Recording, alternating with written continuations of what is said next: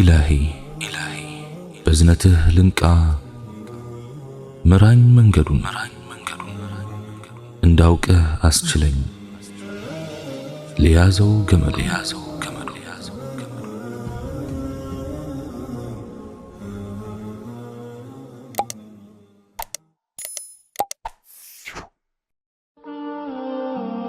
بسم الله. اللهم لك الحمد كما ينبغي لجلال وجهك وعظيم سلطانك، والصلاة والسلام على حبيبنا وشفيعنا رسول الله وعلى آله وصحبه ومواله. رب اشرح لي صدري ويسر لي أمري واحلل عقدة من لساني يفقه قولي.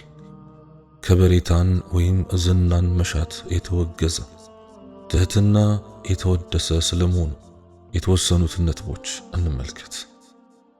ከበሬታን መሻት ስንል ዝናን መፈለግ ማለታችን ነው። ይህ የተወገዘ ነው። የሚበረታታው ላለመታወቅ መጣርና ትህትና ነው። እሱ ሳይጨናነቅና ዝናን ሳይፈልግ ታላቁ አላህ ዲኑን እንዲያስፋፋ መርጦት ታዋቂነትና ዝናን የቸረው ሲቀር ታላቁ አላህ ሱብሓነሁ ወተዓላ እንዲህ ይላል: أعوذ بالله من الشيطان الرجيم تلك الدار الآخرة نجعلها للذين لا يريدون علوا في الأرض ولا فسادا. يهج يمجرشيت أجر للنزع بمدر وسط كراتنا مامتن لما يفلقوت إنا درقاتل. سورة القصص أنكت 83 ጥፋትንና የበላይነትን አንድ ላይ ጠቀሰው። የመጨረሻው ተገቢነቷ ከሁለቱ ነፃ ለሆኑት ነው። በሌላም አያ እንዲህ ይላል: من كان يريد الحياة الدنيا وزينتها نوفي إليهم أعمالهم فيها وهم فيها لا يبخسون أولئك الذين ليس لهم في الآخرة إلا النار وحبط ما صنعوا فيها وباطل ما كانوا يعملون.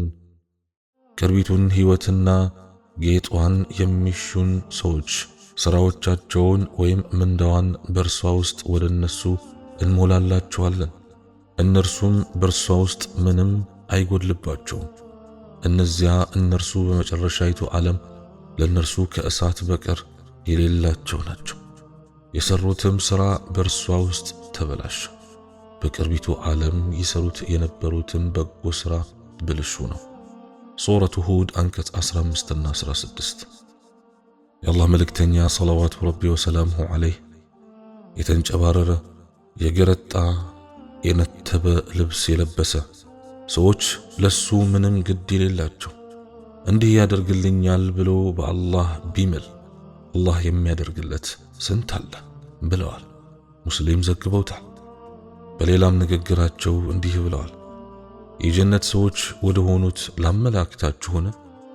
እያንዳንዱ አቅመቢስ ሰዎችም አቅመቢስ ነው ብለው የሚያስቡት በአላህ ቢምል አላህ መሐላውን የሚያጸናለት ነው። የእሳት ሰዎች ደግሞ ትዕቢተኛና ተመጻዳቂ ሁሉ ነው። ቡኻሪና ሙስሊም ዘግበውታል። አብዱላህ ኢብኑ መስዑድ ረዲየላሁ ዐንሁ እንዲህ ብለዋል: የእውቀት ምንጮች፣ የምሪት ብርሃኖች፣ የቤት ውስጥ ፍራሾች፣ የምሽት ፋኖሶች ሁኑ። ቀልባችሁ የታደሰ ልብሳችሁ የነተበ በሰማይ ነዋሪዎች ዘንድ የምትታወቁ የምድር ነዋሪዎች ልብ የማይሏችሁ ይሁን። አልፉضይል እንዲህ ብለዋል: ባትታወቅ ምን ይቀርብሃል? ባትወደስስ ምን ትሆናለህ? ታላቁ አላህ ዘንድ የምትወደስ ሆነ በሰዎች ዘንድ ብትጠላስ ምን ይቀራል? ኢብራሂም ኢብኑ አድሃም እንዲህ ይላሉ: እውቅና አሳዳጭ የሆነ ሰው ከአላህ ጋር እውነተኛ አልሆነም። አዩብ አስኽቲያኒ ለጉዞ ወጣ። ብዙ ሰዎችም ሸኙት። እንዲህ አለ: ይህንን ነገር የምትጸየፍ መሆኔን አላህ በቀልቤ ውስጥ ያለውን ያውቃል ብዬ ባላስብ ኖሮ የኃያሉንና የላቀውን አላህ ቁጣ በሰጋሁ ነበር። አንድ ሰው ለቢሽር አልሓፊ ምከረኝ አለው። ከእውቅና ሽሽ፣ ምግብህ ሐላል ይሁን አለው። እነኚህ የቁርአንና የሐዲስ እንዲሁም ደጋግ የአላህ ባሮች ብሂሎች ዝና ውጉዝ አለመታወቅ ደግሞ መልካም እንደሆነ ያሳውቀዋል። ዝናን መናፈቅ ማለት የገዛ ራስን ስም መግነኑን ማሰብ ነው። ይህም በሰዎች ቀልብ ውስጥ መንገስና ቦታ ማግኘትን ማለም ነው። ታዋቂነትን መሻት የመጥፎ ነገሮች ሁሉ መንስኤ ነው። የተኮነነው ታዋቂነትን መፈለግ ነው። ሳይፈልጉ የሚመጣ ዝና ከአላህ ዘንድ የሚመጣ ታዋቂነትን ግን የተጠላ አይደለም። እውቅናን መፈለግና ገንዘብ የዚህ ዓለም ማዕዘናት ናቸው። ገንዘብ ስንል የሀብቶች ሁሉ ዋናውና ሰዎችም የሚገለገሉበት ነው። እውቅናን መፈለግ ስንል እሷን እንዲያለቁ እና እንዲታዘዙ በማሰብ ቀልቦችን ለመማረክ ነው።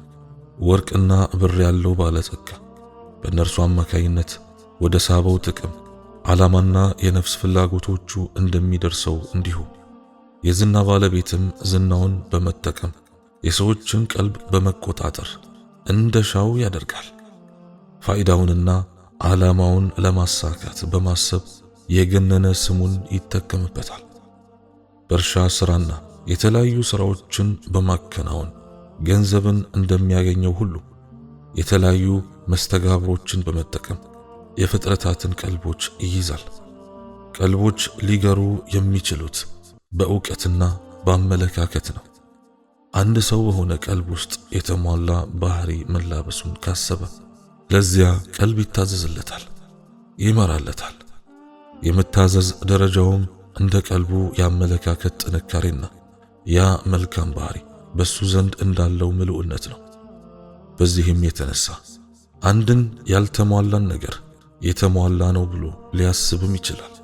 ለዚያ በምሉዕነት ለተገለጸ ሰውም ከአመለካከቱ የተነሳ ሰጥ ለጥ ብሎ በጭፍን ሊከተለው ይችላል። ባለጸጎች ባሮችን መግዛት እንደሚፈልጉ ሁሉ እውቅና ያለው ሰውም ነፃ ሰዎችን በመግዛት ባሮቹና አጫፋሪዎቹ ሊያደርጋቸው ልቦቻቸውን በመቆጣጠር ጫንቃቸው ላይ መፈናጠጥ ይፈልጋል። ታዋቂ ሰው የሚፈልገው ባርነት እንደውም ከባለጸጋው ነው። ስለሆነም ታዋቂነትን መሻት ስንል በሰዎች ልብ ውስጥ መንገስን ማሰብ ነው። ይህም ውጤቶች ያሉት ሲሆን ለምሳሌ ማወደስ፣ ማላቅ፣ ማገልገል፣ መርዳት፣ ማስበለጥ፣ መቀደስና ከልክ በላይ ማክበር ሊሆን ይችላል።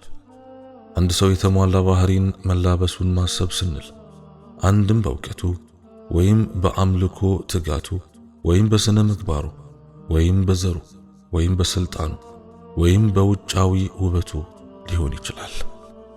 አላህ ስብሓነሁ ወተዓላ ይጠብቀን። እኔም በተናገርኩት እናንተም በሰማችሁት የምንጠቀም ያድርገን። اللهم إنك عفو تحب العفو فاعف عنا. اللهم اغفر لنا جميع ذنوبنا فإنه لا يغفر الذنوب إلا أنت. سبحانك اللهم وبحمدك أشهد أن لا إله إلا أنت أستغفرك وأتوب إليك. وآخر دعوانا أن الحمد لله رب العالمين والسلام عليكم ورحمة الله وبركاته.